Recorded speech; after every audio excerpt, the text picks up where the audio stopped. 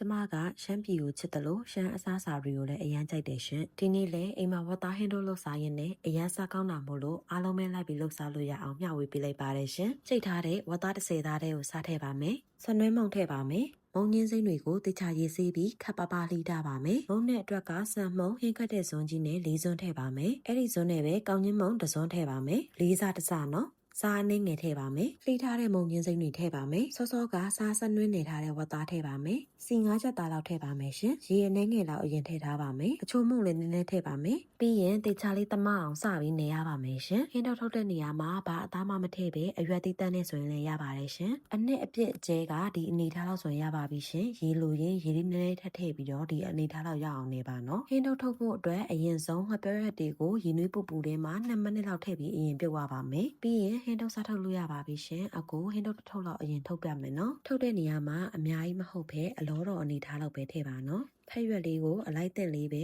လိုက်ထုတ်သွားလိုက်ရုံပါပဲကျမကတော့ဟင်းတုပ်တွေပြေးမှာဆိုလို့နောက်ဆုံးမှာသွားချထိုးရလေးနဲ့ထိုးလိုက်ပါတယ်ဟင်းတုပ်စုစုပေါင်းအထုပ်20လောက်ရပါတယ်ရှင်စပေါင်းမှုအတွက်ပေါင်းအိုးမှာရေနွေးပွက်ပွက်ဆူအောင်အစင်သက်အနေထားပြင်ဆင်ထားပါတယ်အပေါ်ကနေစကားခံပြီးဟင်းတုပ်တွေကိုတတိချာချာလေးထည့်လိုက်ပါတယ်အချိန်45မိနစ်လောက်ပေါင်းအောင်မှာဖြစ်ပါတယ်ရှင်ဟင်းတုပ်တွေကိုပေါင်းထားတော့တစ်ဖက်မှာသူနဲ့တွဲစားဖို့ငရုတ်သီးစီချက်လေးချက်ပါမယ်စီနည်းနည်းလေးပူလာပြီဆိုရင်ငရုတ်သီးခွဲချမ်းမှုန်လေးထည့်လိုက်ပါတယ်စားလဲထည့်ပါမယ်ဘီအေးလေးနဲ့ခဏလေးပဲကြော်ဖို့လိုပါတယ်မဟုတ်ရင်ကျွန်းသွားမှာပါရှင်ဒီငယ်သီးစီချက်လေးကလည်းဟင်းတုပ်လေးနဲ့တွဲစားရင်အရန်ကိုလိုက်ဖက်ပါတယ်နီးအနေထားပေါ်မှာမူတည်ပြီး45မိနစ်တနားရီလောက်ဆိုရင်ဟင်းတုပ်လေးတွေအစင်သင့်ဖြစ်ပါပြီနောက်ထပ်ဟင်းချက်လေးတွေတင်ဖို့မူတည်ရအောင်လည်း follow လုပ်ခဲ့ပေးပါအောင်နော်အားလုံးပဲစီမကြပါစေရှင်ဘိုင်ဘိုင်